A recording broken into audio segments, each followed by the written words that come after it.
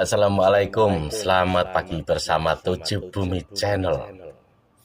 Ini ada salah satu update tulisan dari Kiai Imaduddin Usman dengan judul "Setelah Pak Alwi terbukti bukan cucu Nabi, lahirlah zaman pembaruan mental generasi Islam Nusantara. Hapus mental terjajah." Ini saya bacakan ya. Virus postkolonialisme adalah tersisanya mental terjajah bagi sebuah bangsa yang pernah lama dijajah. Ia tidak segera hilang dari seluruh bangsa secara merata bersamaan dengan kemerdekaan yang telah diraih, yang diperjuangkan para pahlawan bangsa. Bagi para pejuang, ia tetap merdeka, bahkan ketika negerinya yang tercinta diduduki bangsa lain serta mayoritas saudara-saudaranya yang sebangsa masih sebagai budak bangsa lain. Tapi bagi selain pejuang, ia masih terjajah bahkan ketika negaranya telah merdeka. Regresi mental terjajah yang terjadi pada sebagian umat Islam Indonesia hari ini merupakan sisa-sisa dari bayang-bayang bawah sadar masa penjajahan. Ia kemudian dieksploitasi sedemikian rupa oleh penerus ideologi penjajah. Dalam tanda kurung, kita sebut kemudian dengan kacung londo. Yang mengetahui kelemahan itu, tanpa harus bekerja keras, kacung londo bisa menikmati lebih dari apa yang didapat mereka yang membanting tulang dengan kamuflase dan balutan ajaran-ajaran agama. Kacung londo benar-benar dapat kenikmatan dua kali. Pertama, ketika masa penjajahan, golongan mereka yang mendapat banyak sogokan dari penjajah untuk melanggengkan penjajahan. Setelah merdeka, mereka mendapat kehormatan sebagai para individu yang mendapat kehormatan karena ada legitimasi semu paham keagamaan.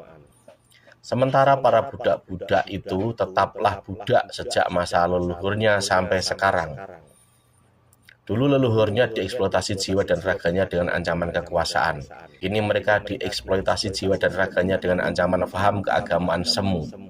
Namun setiap masa ada orangnya, setiap orang ada masanya. Sejarah perjalanan dunia selalu dipenuhi dengan drama-drama pertarungan antara yang hak dan batil, antara protagonis dan antagonis, antara Ibrahim dan Namrud, antara Musa dan Fir'aun, antara Daud dan Jalut, antara Muhammad dan Abu Jahal, antara Diponegoro dan Belanda, dan sebagainya.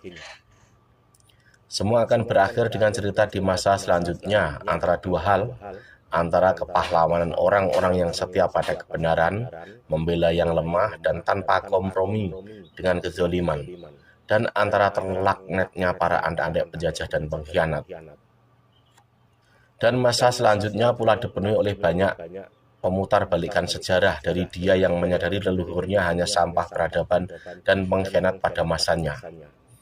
Lalu dipabrikasi sejarah masa lalu itu dengan cerita palsu dari ini agar orang leluhurnya bukan seorang pengkhianat. Yang lebih parah lagi, bahkan ia menciptakan sejarah palsu untuk leluhurnya seolah leluhurnya adalah seorang pahlawan bangsa.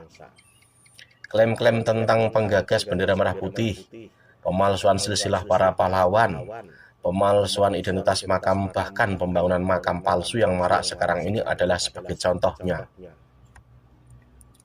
Mental-mental terjajah atau mental para budak itu mempunyai beberapa ciri. Di antaranya ciri-ciri budak itu yang paling utama adalah mental inferior, yaitu dirinya merasa lebih rendah dari orang lain yang berbeda bangsa. Ia merasa kodrati bangsanya lebih rendah dari bangsa lain. Ia merasa bangga dengan tokoh luar bangsanya daripada tokoh dari bangsanya, walau dalam kemampuan bidang yang sama. Bahkan kadangkala tokoh luar itu lebih rendah secara kualitas dari tokoh bangsanya sendiri. Ciri mental budak lainnya adalah bila terjadi friksi antara bangsanya dan bangsa yang menindasnya, maka ia akan membela bangsa yang menindas bangsanya sendiri itu, hanya karena ia mendapatkan suatu imbalan untuk isi perutnya, walau harus mengabaikan penderitaan dan keterjajahan bangsanya. Atau memang ia tidak mendapat apapun secara material tetapi ia mendapatkan keuntungan artifisial dengan terafiliasi secara ilmu dengan mereka, misalnya alih-alih ia akan melawan penindasnya, atau ia memang tidak mendapatkan apapun secara material tetapi ia mendapatkan keuntungan artifisial dengan terafiliasi secara ilmu dengan mereka, misalnya Alih-alih ia akan melawan penindasnya, bahkan orang yang terjangkiti mental budak dan mental terjajah akan pasang badan untuk membela penindas bangsanya. Jadi mental budak lainnya adalah ia gampang mencium tangan orang lain hanya karena pakaiannya, warna kulitnya, keturunannya, penampilan lahiriah lainnya. Mencium tangan memang adalah akhlak, tetapi ia dilakukan untuk orang-orang yang benar-benar membawa manfaat untuk dirinya. Misalnya orang tua dan gurunya sebagai bentuk terima kasih dan penghormatan. Tapi bukan dilihat dari bahwa dia berasal dari keturunan tertentu. Orang-orang yang mencium tangan orang lain karena alasan bahwa yang dicium itu berasal dari keturunan tertentu adalah orang yang tidak paham ajaran agama, yang menitik beratkan standar kemuliaan kepada ketakwaan. Juga bisa dikatakan orang yang mencium tangan orang lain karena keturunannya adalah orang yang menghina leluhurnya sendiri. Itu bukanlah akhlak, tetapi suatu tanda bahwa ia adalah orang-orang yang bermental budak dan terjajah. Ciri lain mental terjajah adalah tidak bisa berpikir jernih ketika ada pilihan untuk perubahan dan perbaikan bangsanya. Bahkan ia sebagai bagian dari bangsa tertindas malah membela penindas bangsanya sendiri. Ia mencari posisi aman, tidak berani sedikit mengambil resiko untuk sebuah kemaslahatan dalam mencapai kemajuan dan kewibawaan bangsanya. Infantilisme mental kaum terjajah terus dirawat oleh kacung londo agar mereka tetap berada di bawah kuasa mereka. Kedewasaan mental umat Islam hari ini harus ditumbuhkan.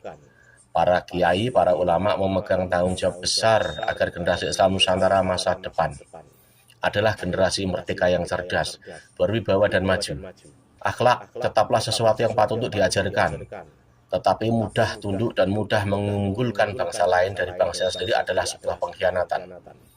Diskursus nasab Ba'alawi yang telah selesai dengan kesimpulan bahwa mereka bukanlah keturunan baginda Nabi Muhammad SAW adalah suatu momentum strategis untuk mengkaji ulang berbagai macam dogma yang ternyata membuat destinasi tumbuh suburnya mental-mental terjajah yang membawa stagnasi pemikiran dan kemajuan generasi Islam Nusantara.